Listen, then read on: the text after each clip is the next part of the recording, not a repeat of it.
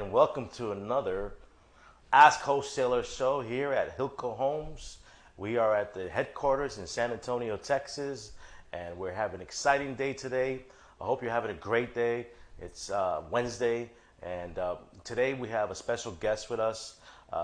Sitting right here to my left is a very good friend of mine. Go ahead, you want to introduce yourself to the audience? I'm Joshua Zepeda, born and raised here in San Antonio. Absolutely. Joshua, he's a local investor in the neighborhood of San Antonio.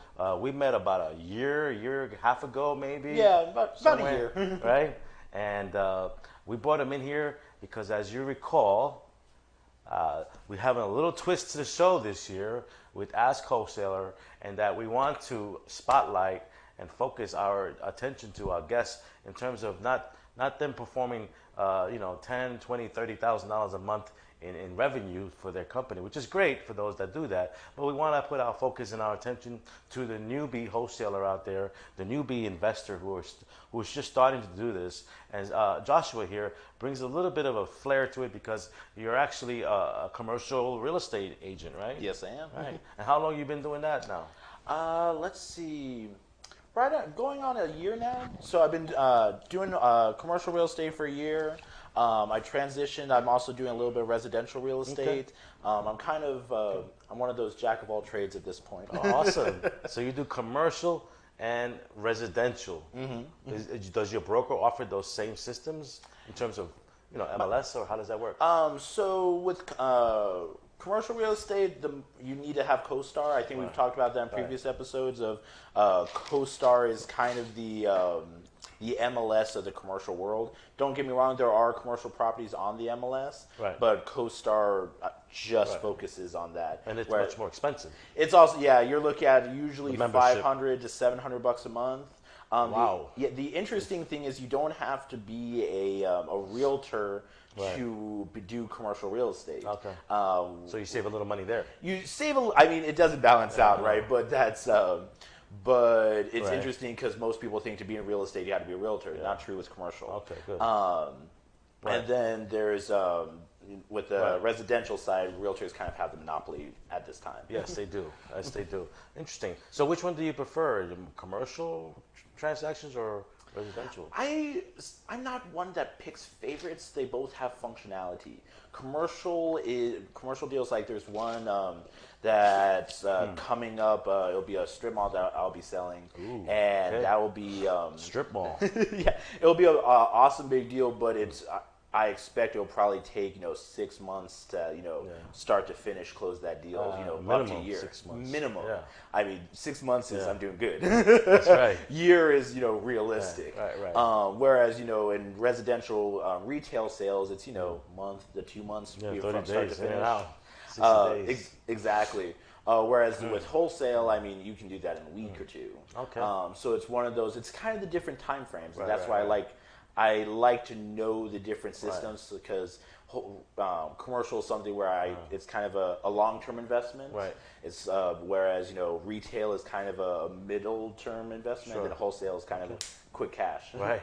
That's right. Quick cash. That's how we like it out here at HILCO Homes. We prefer our quick cash, in and out. Here's a contract and have a nice day kind of sale, right? Wholesales are kind of like the quickies of real estate. Right. We won't go down that road. Right? Okay, that's cool. The last time I saw you, I invited you to a walkthrough on a property that we had contracted and we had closed about 2 weeks ago, and you were in the neighborhood. You stopped by, and I gave you the numbers on there. You were pretty amazed on how fast we sold it and the condition it was in. Right? It was pretty bad. Yeah, I mean, I think you had told me it was like 180 that you got it for. Sold it for what, 260 or something like that? 230. 220. I mean, so and that's the beautiful thing about wholesaling is you can get a 50K spread. Barely doing it. Like yes, you communicate with the seller. You go like I'm not to say you're not doing anything, but compared to the backbreaking work that the flippers do, it's like oh my god, commercial. That's the sheer amount of paperwork that comes with commercial. Exactly. It's wholesale is sign this. Okay, you sign this. Okay, done. It's pretty simple. You're right. It's simple work compared to other things. We're not picking up hammers and screws and painting, nothing like that. Yes. But that is one of the benefits and one of the pluses for sure. and I think you had brought your family too. That was pretty cool. Yeah. So tell me about your family. How long you've lived in San Antonio? What part do you live in? Give me a little background of yourself. Okay. So I live on the north side. I'm a northerner. TPC, TPC 281 area, kind of across from Stone Oak. Got it. Family's been here, I mean, forever. There's actually a book that's been written about my family. Really? From Spain, yeah, from Spain to Texas, the story of the Zepeda family. Wait a minute, is it really? Because we just get back to that property. We saw that he was a heir of the Bear family. Yes, right? That's why. So is there a connection there? I don't know. I'm not the one who does the actual research on family history. My uncle and cousins do that. Okay. So you come from the hair of the Zepeda family? Yes. Go ahead, so the Zepeda family with the C is the proper royal branch. Okay. And then there was the Z's, which were the bastards, and then the S's, which were the flings. Wow, that's pretty cool. So yeah, they've my uncle and a couple of cousins traced us all the way back to like the 1500s. So I don't know if you're familiar with the Basques in Spain, but we're from there. Basques, B-A-S-K-S. Yeah, where they're kind of like their own division in Spain. Wow. So yeah, that's pretty badass. But yeah, I had an ancestor, or two brothers who fought in the Alamo I'm descendants of them. No there was kidding. one brother that stayed. I don't know if you're aware. John Hancock said, hey, you can either leave or you can stay. Right. So there was one brother that said, hey, I'm going to stay. Okay. And then there's another brother who said, I'm going to go. Okay. Obviously, we're all descendants of the one that left. Sure. So yeah, I've been here for. I get it now. Yeah. So. But yeah, so All been right. here forever. My dad's a software developer. Worked at Rackspace for the longest time. Now he's working for a startup. Geekdome. Geekdome. That owner bought a lot of real estate out here downtown. The owner of Geekdome, Rackspace. Rackspace. Like I said, I'm not the techie. He is. But Rackspace. They went and bought a hotel. Or it's not a hotel, a whole mall. Right. So that's right here at 35, by my office. Yeah. Right. So married, children. Married, no kids. Got a dog, and that's kind of it for right now. I want to build the empire first. Right. Cool. But yeah, I've been married. I've known my wife since I was 11. I met her in World of Warcraft, online computer game. Oh yeah. Pretty cool. So that's a thing. Yes, it is. Most of those, I don't recommend those relationships, but we're a rare situation where it worked out. Do you go to those comic feasts? No, I'm not. See, back when I was 11 through like 16, I was a gamer, and I was part of that world. Right. Nowadays, it's you grew up. Yes, basically, exactly. You got I grew a mortgage. up. You pay expenses and taxes. Yeah. See, the thing is, games like that are fun when you have nothing better to do. But when you, right? Yeah. When you get to life, it's like Okay. But anyway, so yeah. That's pretty cool. Yeah, I met. So been married. Our 3-year anniversary was in June. Congratulations. Thank you. And yeah, I have a brother and a sister. My brother's in security. My sister's still a teenager. She teaches gymnastics. Oh, that's nice. So, right. Yeah. And so you are a married man. You got into commercial real estate first a few years ago? Yeah, so about a year ago. My background, I was actually an orthopedic therapist. Okay. So if you think massage therapist, chiropractor, right. I was kind of in the middle. Okay. So I built up a whole business around that. Wow. I focused on a niche, which was basically fixing orthopedic muscle problems. Right. So I had a whole clinic, quite a few people, therapists working for me. Right. And long story short, as you might know, medical laws and all that change quite frequently, right. And I was getting to the point where I kind of maxed out that niche, and I was kind of wanting to move on to something where I could, really make a scalable business that could make a lot of money. Right. Because the thing, I was working my butt off when I was a therapist, and I think the max I was able to pull in individually was about $50,000. Which at the time I was 23, I wasn't I was so proud of that, but it was one of those I was like, okay, this is kind of me maxed out. Right. Rules change. It was became impossible to bill insurance and all that. Yes, So it could be I got to the point where I was like, you know what? This was great. I learned a tremendous amount about business, about people, about building systems. But I was just like, it's time to move on. I can see that, definitely. And that seems to be a parallel. That happens to a lot. What got you into the real estate business? When did you get the bug? So I have some of my clients. I have a group of very well-off clients, and I was, I had been treating them for years, and they were. I was telling them how I wanted to move on, kind of find something else. They're like, well, when are you going to start making real money? What are you going to do? What do you know? And I was like, I don't know. I was thinking, at the time I was thinking of going and becoming a doctor. Right. Okay. And they were like, doctors make okay money, but they don't make real money. And I was all like, well, what do you have in mind? And so they went and they were like, oh, we're going to hook you up. I didn't think anything of it. I was like, okay, whatever. Yeah, watch out for those people that tell you going to hook you up. Yeah, exactly. Exactly. That's what I was like. Let's see who's online here. We got Marco online. We have hello, Marco Romero. We got Bernie says hello, gentlemen. Marco says, hey, you too. Excited to hear your story. We got Adriel online. Say hello. Howdy. And this is True Love. Yes, I guess it is. Oh, God. And he said your family goes back to the 1500s. Wow. That's an amazing story, right? Yeah. What is it? Is that Zapata family? Yes. Okay. We got Reagan on. Mike Matthew says hello. Awesome. Thank you guys for watching. Howdy, y'all.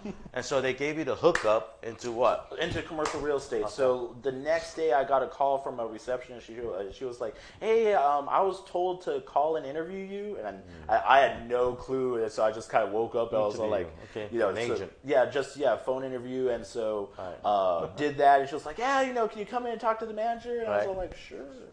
Why not? Commercial real estate? For commercial real estate. Agent, wow. And so long story short, I went and talked to them, and they offered me a position and paid for my education, the realtor license, or not the Texas real estate license. Got that. Yeah, it's not a big deal. But so I went and did that and got into commercial real estate. Wow. Usually, isn't it like, I think most people get into first residential, then they go into commercial. Yeah. You went straight for commercial. Well, and I think that it's an issue of zeros scare people at the end of the day. Because, at the end of the day, it's funny because the difference between $1 billion and $1 million is 3 zeros. Right. But when you go to $1 billion, people immediately are like, oh my God, I can't do $1 billion. Right. But the difference is really 3 zeros. It's 1 billion plus 1 billion is still 2 billion. 1 million plus 1 million is still 2 million. And so you're dealing with a higher number. You're just dealing with a bigger number at the end of the day. So it's one of those people have this low bar for themselves, and they say, oh, this is all I can accomplish because this is what my dad accomplished, or this is what I think I can accomplish. And working with commercial real estate, you're dealing with different formulas in terms of evaluating the value of it. Yes, it's not like a one family house, 3 bedrooms, 2 baths. So there's different strategies for that. Yes, I mean the big one with commercial. So with residential, and that's something that we've talked about is with single family you're doing CMAs. Right. Comparative market analysis. So what is this house worth? The worth of a house is based on the worth of the houses around it. Whereas with commercial, it's pretty much purely based on what it can produce in terms of finances. Revenue and financing. So we're looking at more of a, tax documents, profit and loss. So you're looking at the NOI, the net operating income. You're looking at the gross income.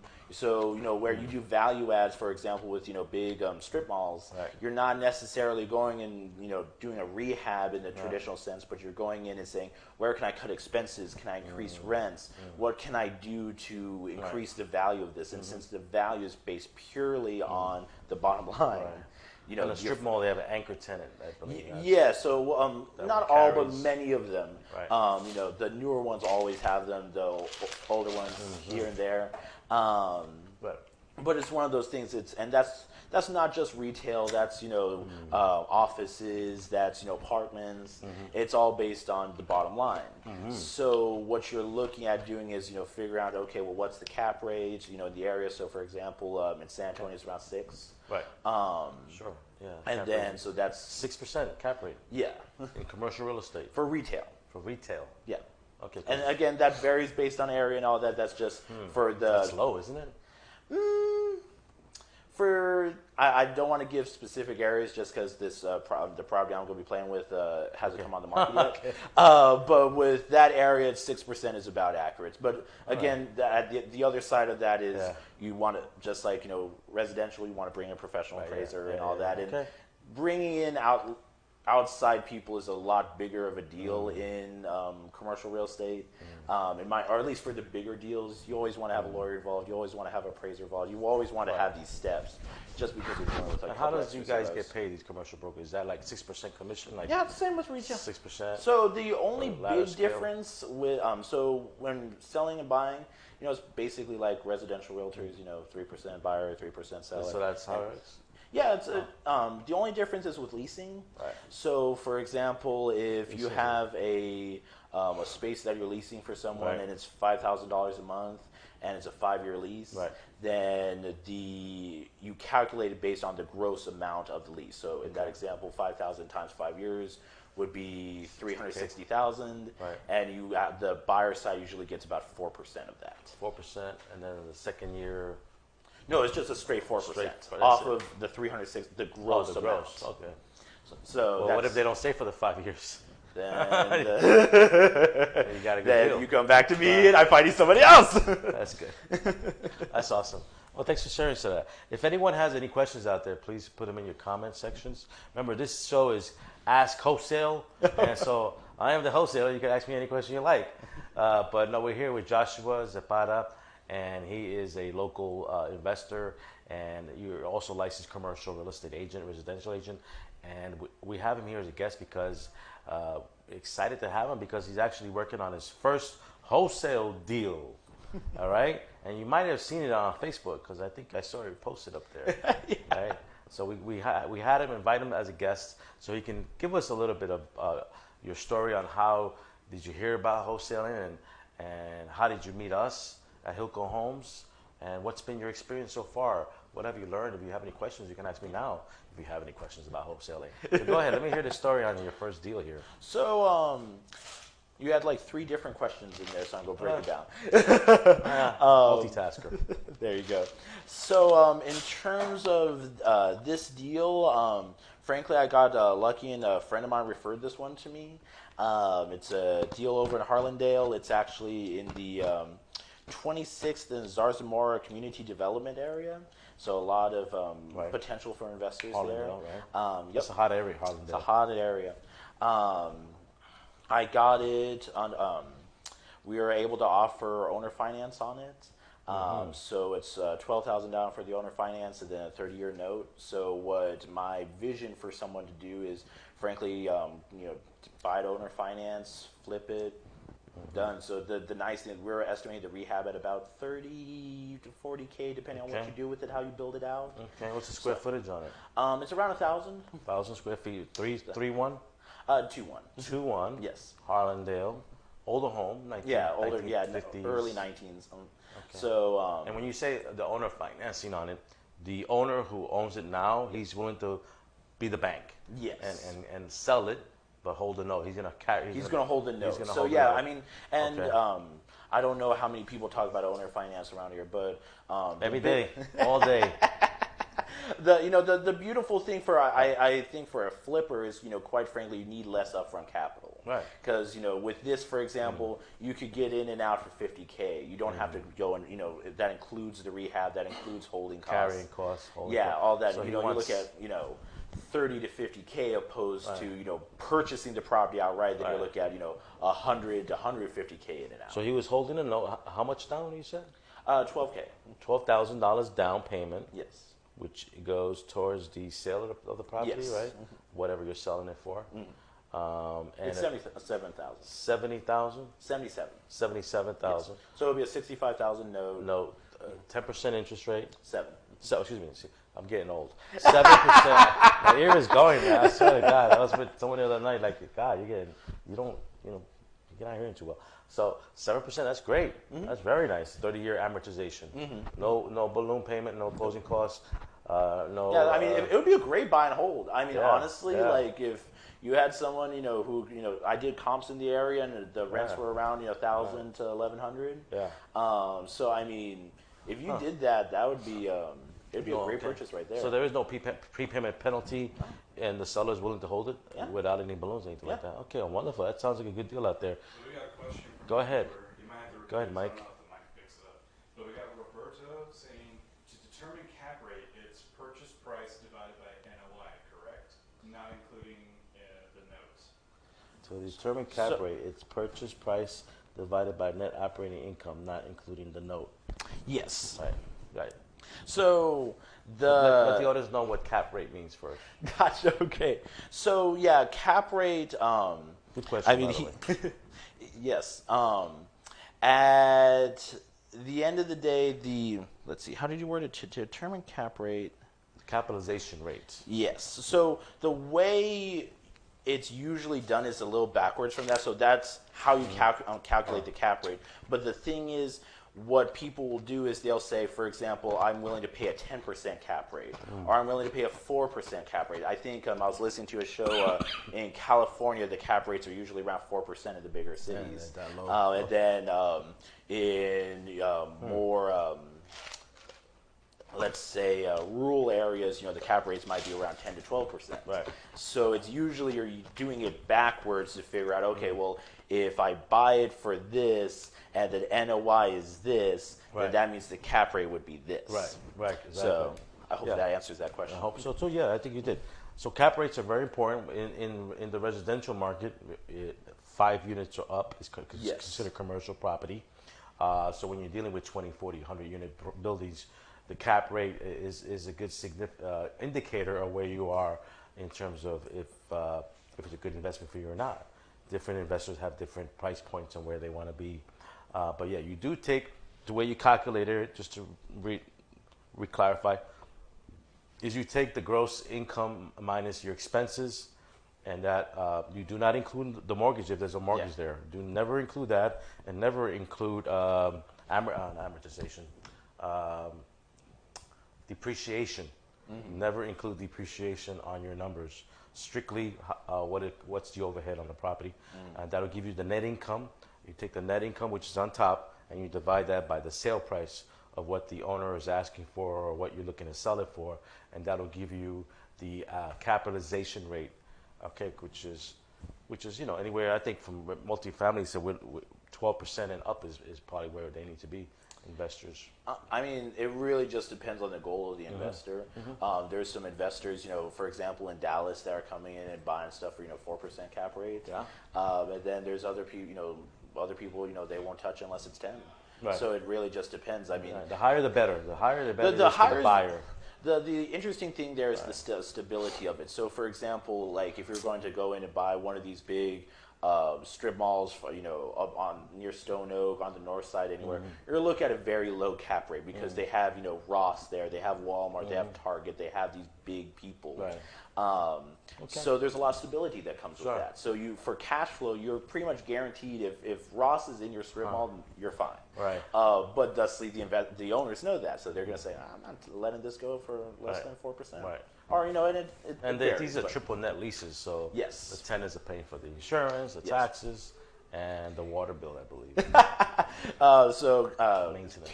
Common area maintenance. Common area maintenance. So yeah, triple net is taxes, insurance, common area maintenance. Right. So the seller picks up the water tab then.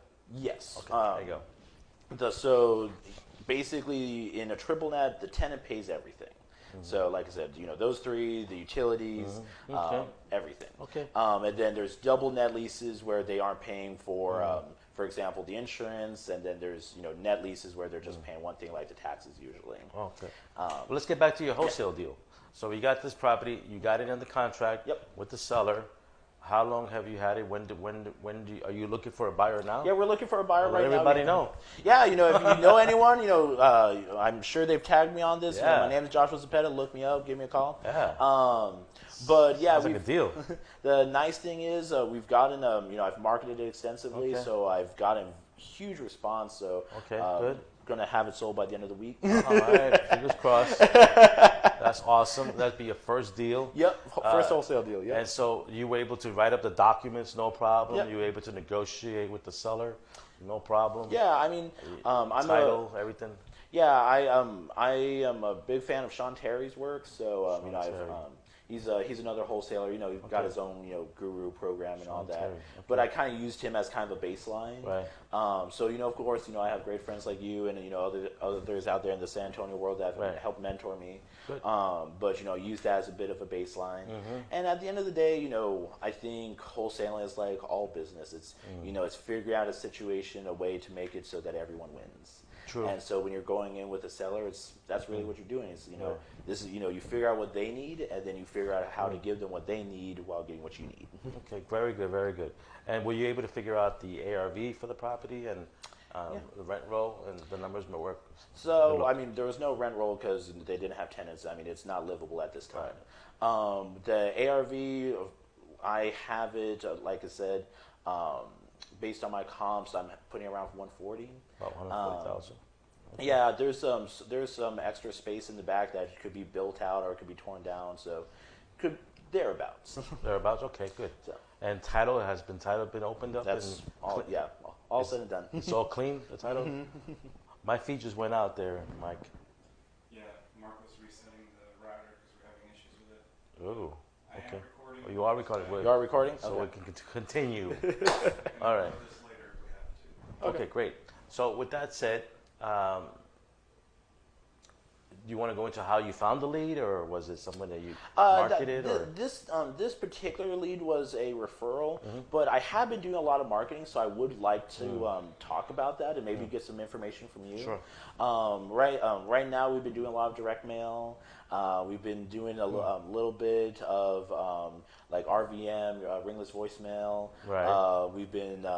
That's cool. We're just starting. We've been doing email campaigns. I'm starting to try to put together like a cold calling group or a team just to do that. Cold calling. So, very important. What would you say is the most? My first question of the day. Finally, I get a question. What would you say is the most productive and best return on investment form of marketing for wholesale deals? That's a really good question. Which is the most productive? I would say cold calling. Okay. By none. Okay. Yeah. So what is when putting together like a team for that and everything? So forgive me, I'm all about systems and how can I make this reproducible. Go for it. You're like Mike. There you go. Systems. So when you're putting together a team of of cold callers, what is it that you look for? What is in a cold caller, and how do you set that up? Well, that's a really good question because it's human nature for people to be a little shy to get on the phone. It's, you definitely get out of your comfort zone. So, here at HILCO Homes, we have a number of APs, is what we call them, acquisitions partners, and part of their day-to-day operations in terms of their tasks is to get on the phone and call. So before we even let them pick up the phone, we are training them on that first, because you have APs that we hire that are straight out of high school, and you have some that are, my age, right? Now, the bad thing is like a couple of years old. No, like 50 plus, right? I'm like the oldest guy here at the company, So the young guys, they're like a fresh canvas. They don't really have never done it. Whereas an older guy like myself or someone mid-age may have picked up some bad habits. So either way, whether you're new, young, or old, you got to get reprogrammed, right? And so being that cold calling is the cheapest and most efficient way to get leads, because you're not dealing with another wholesaler and their egos. And they know, I want this amount of money. And if it's not, then I'm going to just let the contract cancel, and nobody wins. And you get some of those guys out there. And so, or if it's, going to those foreclosure auctions where you have so much competition, you want to go where there is no eyeballs, there's not a lot of competition. And that is cold calling. Because now you're dealing strictly with the seller, the little old lady from, down the street who, you know what, this year now she wants to sell finally. And there is no in between, and you get to keep most of your fee as well, because now you don't have to split it 3 ways. So I guess to answer your question, which was how do we set that up in terms of systems. We have a script that we use. Okay. We have classes that they must attend, and we role play objections. Because there's some objections, but they're very limited. There's only about 5 or 8 objections that you'll ever get. So once you master the objections on how to respond to them, there's no stopping you. It's a numbers game. The more calls you make, the more no's you get, that's going to lead you to your yes. So you got to get at least 100 no's before you get the 1 yes. So we love no's here. We get rejected every day at HILCO Homes. Besides getting rejected by women, I get rejected by sellers every day on the phone. So do you use the same rule with women too, where it's like, okay, I'm on the 99th no, so I'm like, okay, you're number 100, like it's a go. I'm on Tinder. I swipe right for the 99th time, and I got no response. So my next Tinder, I'm gonna swipe right, and she's gonna say yes. It's kind of like the same thing. Kind of the same thing. Nice. That's fine. Alrighty. Any questions there yet? Okay. So let's change the subject. No. He's all like, yeah, let's really change the subject. No, that's fine. No, but so with that said, are there for the people watching, like who want to get into cold calling?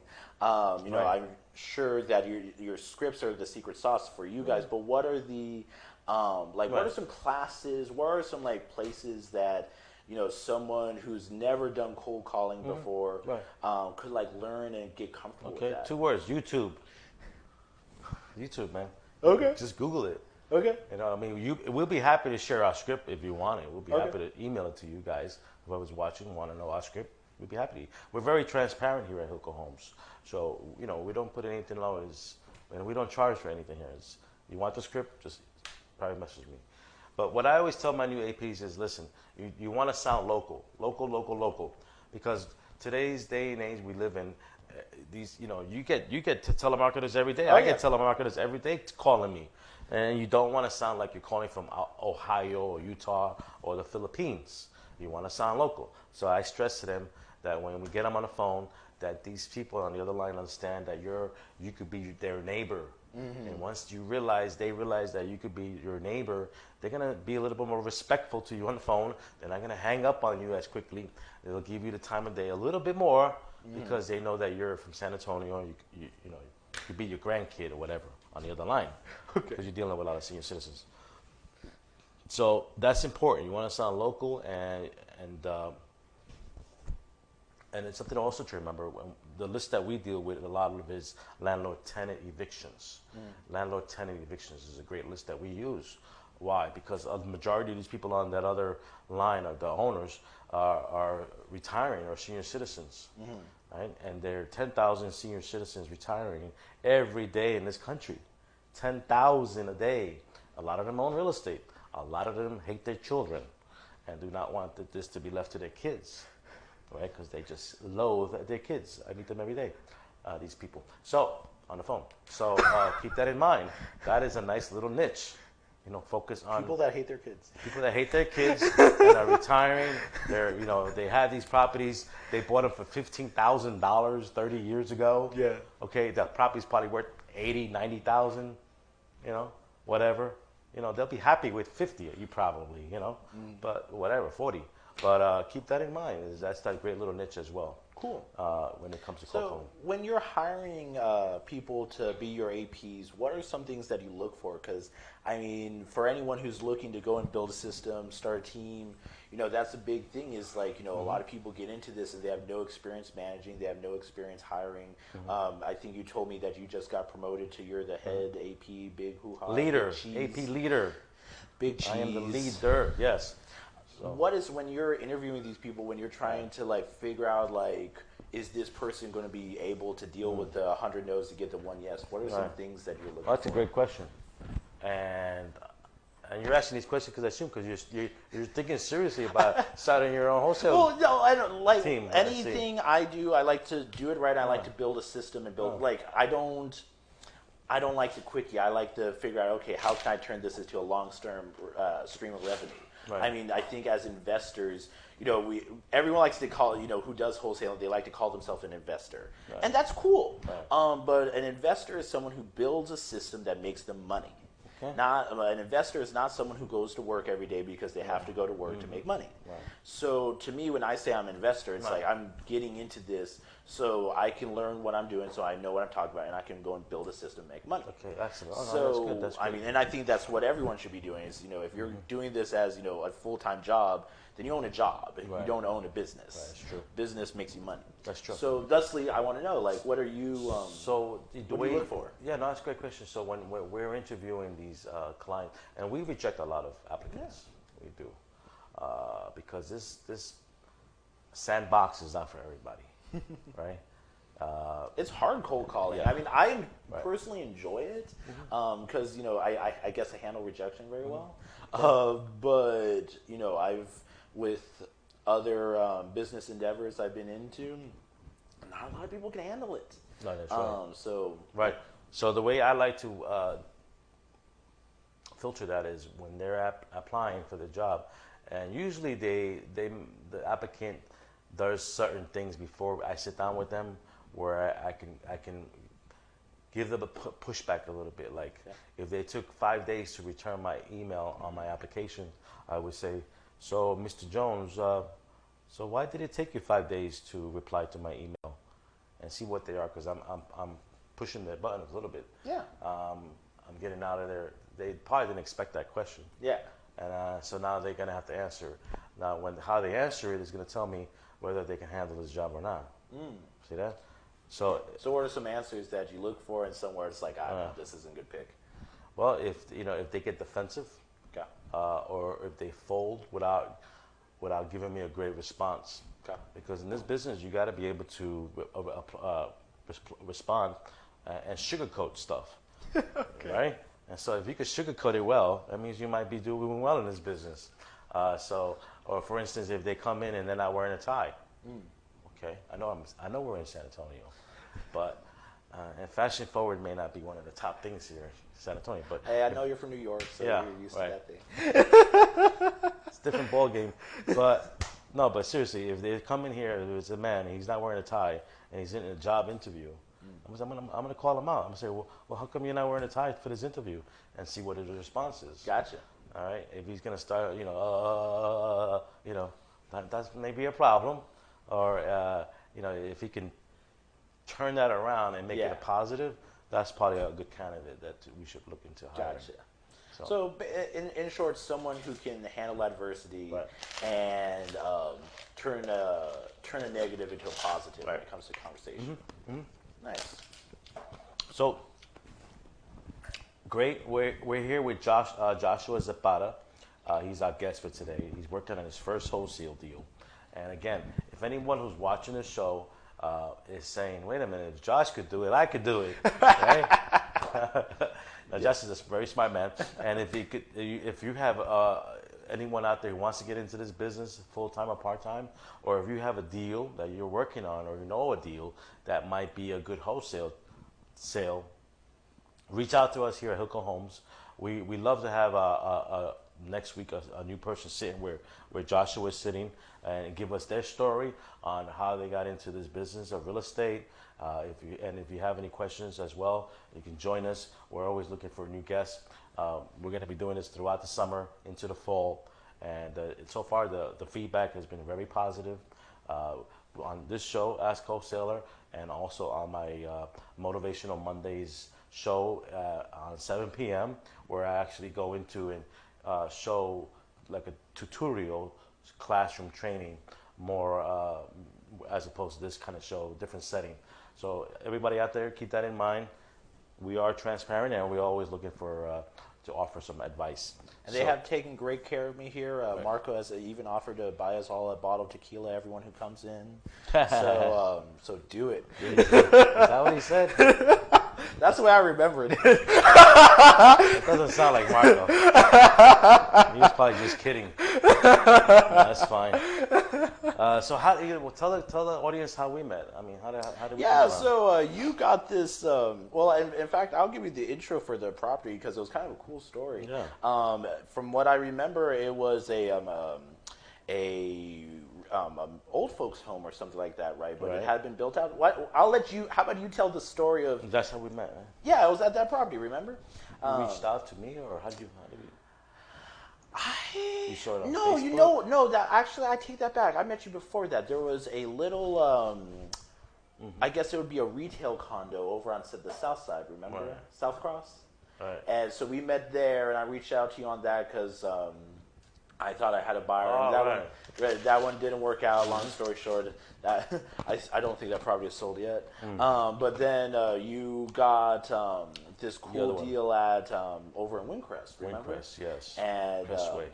and you brought me in to help out with that. And why don't you give the story on that property just a real quick? So we did meet off on the other one at South Cross, and I needed some comparables. And I remember Joshua told me he was a commercial real estate agent, so I reached out to him for some comps because as an agent for MLS, you have comps on MLS for commercial, but they're not very good.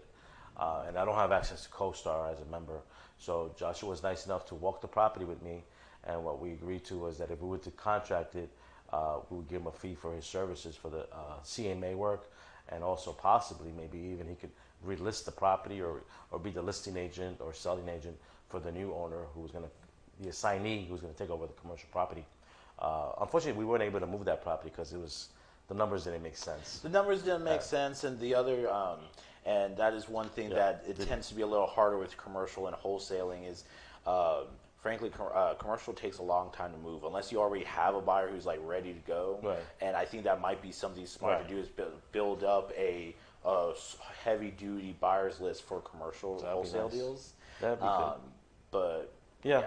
No, that's nonetheless that's how we met, and you were a little bit intrigued about how we figured our numbers out, and how we we shoot from the hip kind of thing, business real fast, and we became friends from there. And so far so good. We worked with each other, and now he's doing his first wholesale deal, and I'm excited. I'm seeing how that finishes off. Hopefully, I'll let you know how the story that chapter ends. Yeah, and if you need help, of course, reach out to us because we do have an extensive buyer list. But anybody out there looking for a property in Harlandale with owner financing already in place with excellent terms, reach out to Joshua. We tagged him on this here video. So it's just is there anything else you wanted to express or anything you want to say before we end the show with the fun question of the day? So to finish out the retail side, if you don't mind me asking you a question, what is it that gets you excited about wholesaling?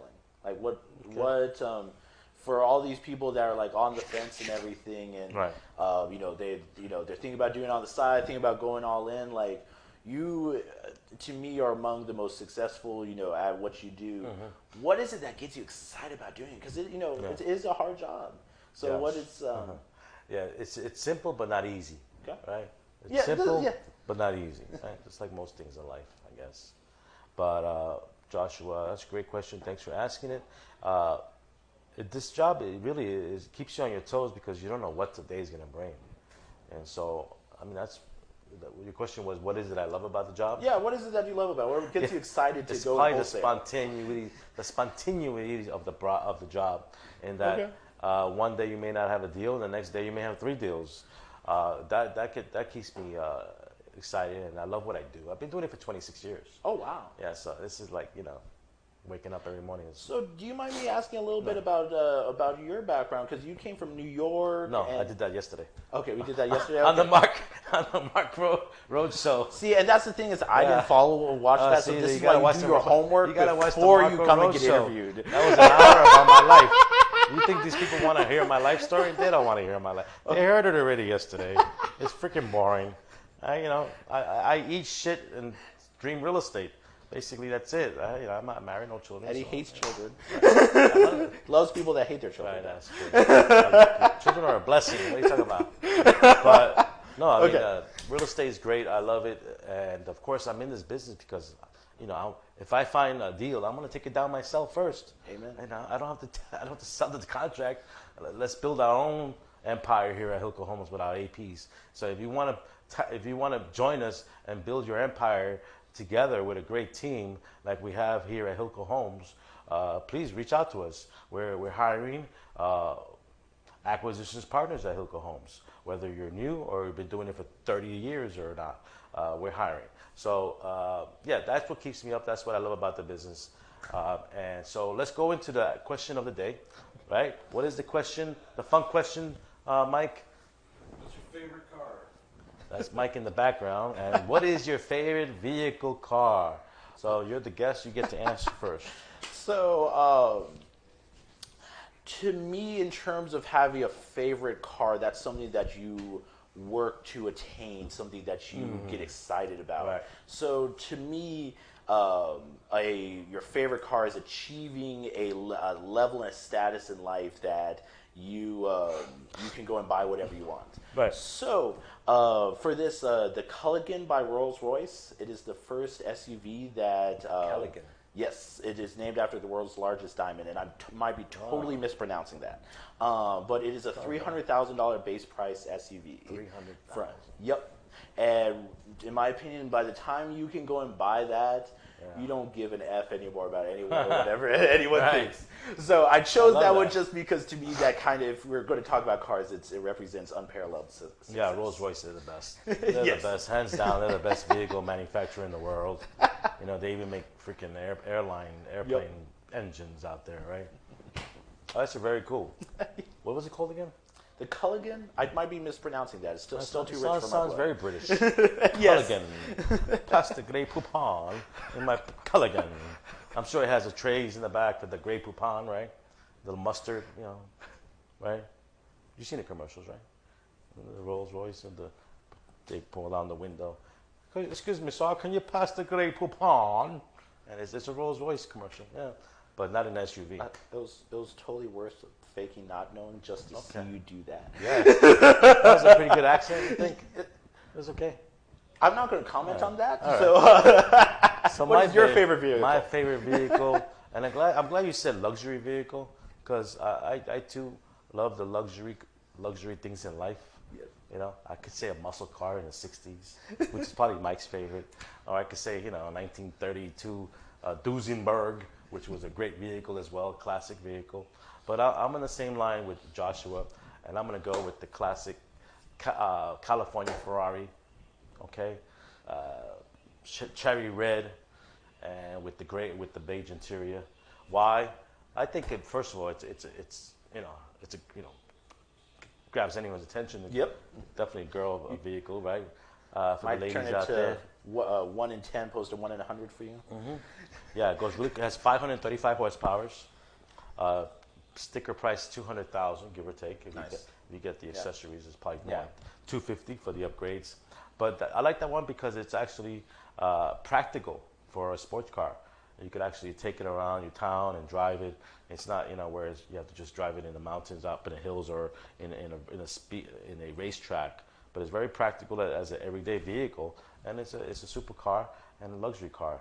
So, and I love the color. So that would be my favorite vehicle. If you have a favorite vehicle, put it on your comments there, guys. All right, Mike, we're gonna pretty much close it up here for another episode of Ask Wholesale.